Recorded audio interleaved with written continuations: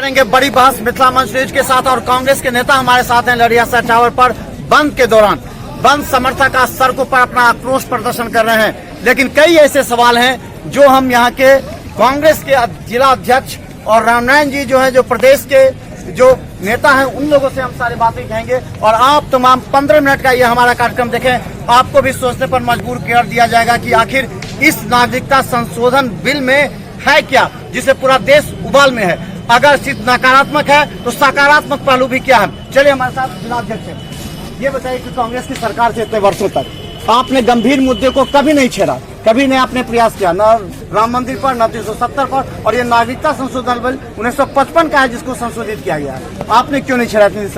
देखिए, कांग्रेस आजादी के बाद एक धर्मनिरपेक्ष संविधान जिसको बाबा साहब अम्बेडकर ने लिखे थे और जिसमें हमने धर्मनिरपेक्ष स्वरूप का संविधान मिला था। भारत के संविधान के अनुरूप जो चुनाव होता है उसमें हमको सत्ता मिला था।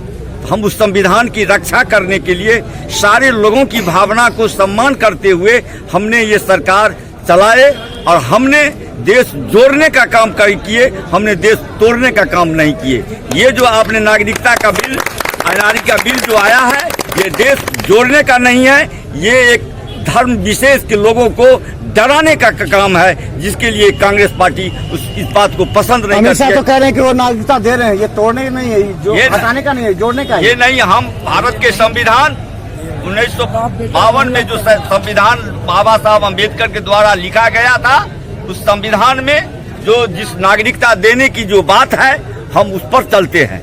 ये नए ढंग से हमने पाकिस्तान या बांग्लादेश या अफगानिस्तान के इस अल्पसंख्यक को अगर हमने भारत में मौका देते हैं तो फिर मुसलमान को क्यों हम यहाँ पर छांटते हैं। ये एक बड़ी विडंबना है इस कानून में। इसी को हम नजरअंदाज किया जाता है। आज देश धर्मनिरपेक्षता के नाम पर संसद से लेकर सड़क तक क्यों खड़ा है? यही सोचने की बात है कि धर्मनिरपेक्ष स्वरूप जो भारत की है उसको बरकरार रखना चाहती है। रामनारायण जी ये बताइए, अगर उसमें मुस्लिम शब्द जोड़ दिया जाए तो ये जो संशोधन है वो सही माना जाएगा? एक तो संविधान सम्मत है नहीं। भारत का जो संविधान है आर्टिकल 14 और 15 यह कहता है जो धर्म के नाम पर किसी से विभेद नहीं कर सकते हैं। तो आखिर आपने मुसलमान शब्द क्यों छोड़ा? सपोज कीजिए पाकिस्तान, अफगानिस्तान, बांग्लादेश में लगभग लोग जो अनुमानित किए हैं 3 करोड़ लोग हैं, 3 करोड़ को आप नागरिकता दे देते हैं। तो यह समझिए जो यहाँ के हिंदू हैं जिनके लिए आप बना रहे हैं, वहाँ के हिंदू को आप भूमि भवन दे रहे हैं, यहाँ के हिंदू को रोजगार और पेट भरने के लिए दाना नहीं दे रहे हैं। तो उस 3 करोड़ लोगों को आप कैसे खपत करेंगे? तो यह बिना सोची समझी देश को तोड़ने वाला संविधान विरुद्ध कार्रवाई। अच्छा रामनारायण जी, धार्मिक शोषित एक शब्द जोड़ा गया है कि जो पाकिस्तान, अफगानिस्तान और बांग्लादेश में जो धार्मिक शोषित लोग हैं, जिन पर अत्याचार हुआ है, जिनको मार के भगाया गया है, वो केवल हिंदू देश एक भारत है, वहीं रहेगा, दूसरा कहीं नहीं जा सकता, इसीलिए उनको दिया ये तर्क सरकार है। अब हम यह पूछना चाहते हैं आप पत्रकार बंधु से, जो उन लोगों से भी पूछिए जो उन्होंने आवेदन दिया है, जो हम भारतवर्ष में आके शरण लेना चाहते हैं। किसी विदेशी मुल्क के लोगों ने, पाकिस्तान, अफगानिस्तान और बांग्लादेश के लोगों ने भारत सरकार को बसने के लिए यहाँ आवेदन नहीं दिया। स्पष्ट कहा था कि 2500 बांग्लादेश के ऐसे जो धार्मिक शोषित थे उनको यहाँ पर लिया जाए। उस समय संसद ने इसको पास भी किया था। 2500 को उन्होंने आइडेंटिफाई किया था, तो किसी को बढ़ाया गया है? किसी नहीं बढ़ाया गया है। अगर वो 2500 मनमोहन सिंह जी उस समय में संसद में कहे, ठीक से हमको याद नहीं, अगर वो 2500 किसी रूप में सरकार से संपर्क किए होंगे, जब मानवता के नाम पर हम पीड़ित है तो मानवीय आधार पर दिया जा सकता है। मानवता के नाम पर कहाँ है वो आवेदन? कहाँ है जिन्होंने कहा जो हम भारत जाएंगे? आखिर पाकिस्तान के हिंदू यहाँ आना चाहते हैं, सिख ही यहाँ आना चाहते हैं, ईसाई आना चाहते हैं, इसकी क्या गारंटी है? और आप अगर उनको ला रहे हैं तो उनको बसाएंगे कहाँ, खिलाएंगे कहाँ? चूंकि खाने के लिए, रोजगार के लिए तो भारतवर्ष के जो पहले बसे हुए लोग हैं वो मर रहे हैं। यह सोच में फर्क है, सरकार का सोच कुंठित है। इन लोगों का यह बहुत छुपा हुआ है एजेंडा 1925 ईस्वी से है, जो जात धर्म के नाम पर वर्ग विभेद उसको अगर मुस्लिम शब्द हटा दिया जाए तो बात खत्म हो जाएगी, तो सब मान लेंगे। माने ये बिल को आप लोग एक्सेप्ट कर लेंगे? अगर मुस्लिम शब्द को अभी जोड़ दिया जाए? प्रथम हम बिल को एक्सेप्ट करने की बात कहाँ कर रहे हैं? हम कह रहे हैं जिनका नियत आ गया जो वहाँ से 4 लोग आ गए, एक आप नहीं आइए जो आप मुसलमान हैं। कांग्रेस का विरोध करती है भाई। अगर मुस्लिम शब्द को एक बार सरकार वापस ले लीजिए कहते वो भी रहेगा तो आपका विरोध समाप्त हो जाएगा। पाकिस्तान से मुस्लिम आएगा नहीं, अफगानिस्तान से मुस्लिम आएगा नहीं। यहाँ तो लिखने पर जो कानून बना उसके मसौदे पर विरोध है। यह भारतवर्ष के संविधान का गला घोटा गया है, भारतवर्ष के संविधान से बलात्कार किया जा रहा है। चलिए हमारे साथ युवा भी हैं जो कांग्रेस के, आप युवाओं का क्या विचार है इस पर? देखिए, सबसे पहले पूरे हिंदुस्तान में ये जो कानून लागू हुआ है, इस कानून को ये कानून लागू होना ही नहीं चाहिए।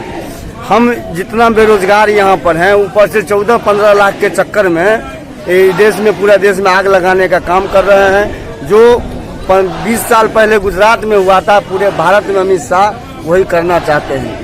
हम किसी को स्वीकार नहीं करेंगे, न हिंदू को स्वीकार करेंगे, न मुस्लिम को स्वीकार करेंगे।